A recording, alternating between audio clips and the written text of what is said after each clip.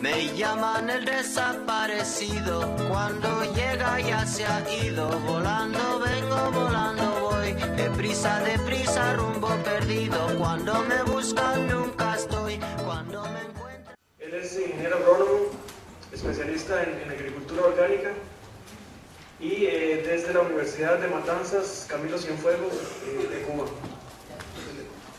Le damos la palabra a don Rodrigo.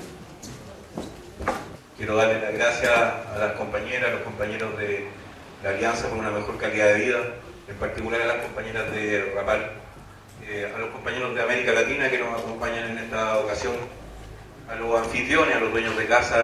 Soy ingeniero agrónomo, formado en la Universidad de Matanzas Camilo Cienfuegos de la República de Cuba, y voy a hacer una presentación cuya finalidad y cuyo objetivo tiene provocar, y voy a hablar de, así como el colega que me antecedió habló de las particularidades del modelo de producción agrícola en Argentina, voy a hablar acerca de las particularidades del modelo de producción agrícola en Chile, y me voy a hacer responsable de todo lo que diga para no endilgarle ninguna responsabilidad adicional a mis compañeras y amigas de Rapal o de la Alianza por una mejor calidad de vida. El modelo de producción agrícola chileno.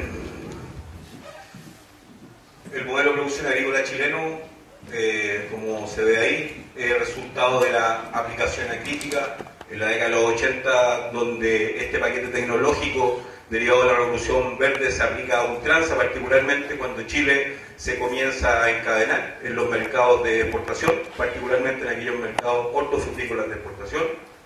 El año 1981, durante el régimen dictatorial, se formuló el Código de Aguas.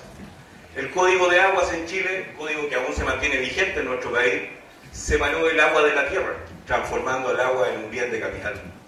Es decir, cuando se habla de agricultura, lo primero que viene a la cabeza es que necesitamos agua para producir alimentos. En Chile se da la tremenda dicotomía de que el agua y la tierra son bienes de capital. Y como son bienes de capital especulativo. Es decir, el agua, si usted necesita agua para cultivar, para sembrar, para plantar, depende de la forma en la cual vaya a propagar, tiene que concurrir al mercado a comprar agua. Una tercera particularidad del modelo de producción agrícola chileno tiene que ver con el carácter intensivo e irracional en el uso de los recursos naturales, particularmente el suelo, particularmente el agua. En Chile, y en particular en nuestra región, en la quinta región, donde hoy día estamos situados, el recurso suelo, ejemplo de esto, claro, clásico, en nuestra región se encuentra plantada la mayor cantidad de superficie destinada al cultivo de la palta de exportación. Y sin embargo, el 40% de la superficie plantada en la quinta región, que asciende a aproximadamente 25.000 hectáreas, aproximadamente el 40% de la superficie plantada se encuentra plantada en suelos que no tienen aptitud de cultivo, es decir, en suelos de clase 6, suelos de clase 7. Con respecto al agua, al uso irracional de este recurso natural, prueba al canto. El río Ligua, por ejemplo, tiene un caudal de 4.500 litros por segundo y hoy día toda la superficie plantada de pastos aledaña al río Ligua demanda 7.500 litros por segundo.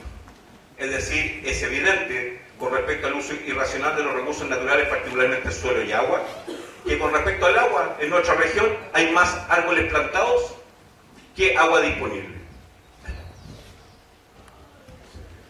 El modelo de producción agrícola chileno es intensivo e irracional en el uso de insumos sintéticos.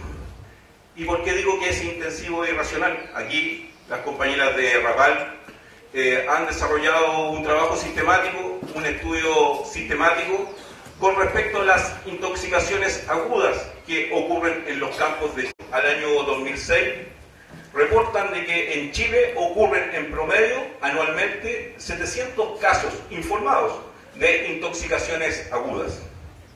Solo informados. Es decir, los casos de intoxicaciones agudas provocados por el uso irracional e intensivo de plaguicidas, particularmente de aquellos plaguicidas tipificados como 1A, 1B, de etiquetas rojas, son precisamente los que derivan en este tipo de consecuencias. La agricultura es un negocio. En Chile la agricultura es un negocio. La mirada económica neoliberal con respecto a la agricultura considera la misma como un negocio. ¿Por qué? Porque con capital y tecnología brinda beneficio a quienes invierten en ella. Pregunta, ¿la agricultura no es un bien societario? ¿La agricultura no cumple un rol social fundamental? ¿Producir alimentos? La mirada reduccionista desde el punto de vista económico en Chile considera esta agricultura como un simple negocio. Existencia de dos modos de producción, evidente. En Chile existe una agricultura fuerte, desarrollada, con acceso a la banca, con acceso al capital, y que orienta preferentemente sus productos hacia los mercados de exportación. Y por otro lado, 280.000 familias campesinas con modestas dotaciones de tierra. ¿Quiénes son los actores que tienen que definir la soberanía alimentaria? ¿O quiénes son los actores en los cuales tiene que descansar la soberanía alimentaria? ¿Es el mercado? ¿Es el gobierno? ¿Es el Estado? ¿Son los empresarios? La agricultura orgánica en Chile es una actividad que ha experimentado un importante crecimiento, particularmente en los últimos 10 años. 3.000 a 25.000 hectáreas cultivadas bajo principios orgánicos en el país, de 300 a 500 predios. Por cierto que es una actividad pequeña en comparación a la agricultura convencional que se practica en el país. De hecho, solo el 0,25% del mercado interno, exportación de productos frescos procesados básicamente, y tiene importantes ventajas comparativas. Los cultivos transgénicos han sido impuestos en el país sin ningún estudio que demuestre su inocuidad para las personas o el medio ambiente. Gerente general en Chile y vicepresidente mundial de Monsanto anunciaron en una conferencia de prensa que Monsanto había elegido a Chile para llevar adelante un proyecto cuyo objetivo era el establecimiento de 20.000 hectáreas de semillas de soya transgénica y que se iba a concentrar básicamente en las regiones cuarta, quinta, sexta y séptima región.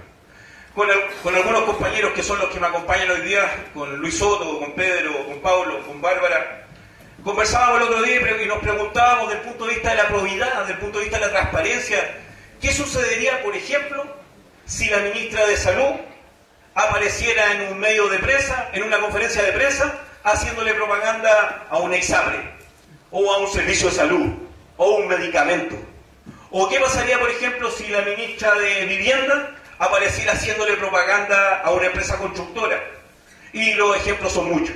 Bueno, en Chile se da la particularidad y la dicotomía de que el ministro de Agricultura aparece junto a los máximos ejecutivos de Monsanto promoviendo un negocio para una empresa privada y cuya finalidad es el establecimiento de 20.000 hectáreas de semilla de poroto de soya transgénica entre las regiones cuarta, quinta, sexta y séptima. El ministro de Agricultura sostiene que este proyecto va a contribuir a transformar a Chile en una potencia agroalimentaria y se complace además de que este proyecto va a beneficiar directamente a los pequeños agricultores. Y además dice que este es un proyecto tan exitoso que va a tener una rentabilidad de 500.000 pesos por hectárea. Notable. A propósito, algo de historia. Monsanto es uno de los principales proveedores de Roundup, es decir, uno de los principales proveedores de glifosato. Y este herbicida supone al menos una sexta parte de todas las ventas anuales de esta empresa y la mitad de los beneficios operativos. ¿Qué es sintomático? Los cultivos transgénicos que prevalecen en América Latina y en el mundo son aquellos resistentes a herbicidas. ¿Qué es sintomático que sea Monsanto el principal o uno de los principales proveedores de glifosato?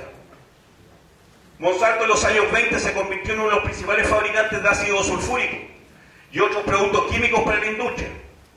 Y es una de las 4 empresas que han permanecido entre las 10 mayores empresas químicas de Estados Unidos. Algo más. Monsanto fue el principal proveedor del herbicida conocido como agente naranja y usado por las fuerzas de ocupación estadounidenses para destruir el ecosistema de los bosques húmedos de Vietnam. Algo más. Monsanto tiene un largo prontuario y lo que hoy intenta hacer en Chile con el auspicio del ministro de Agricultura no se va a traducir en una mayor producción de alimentos, ni para Chile, ni para ningún país. La introducción de transgénicos a gran escala en nuestro territorio significará básicamente la presencia de cultivos altamente contaminados. Eso es.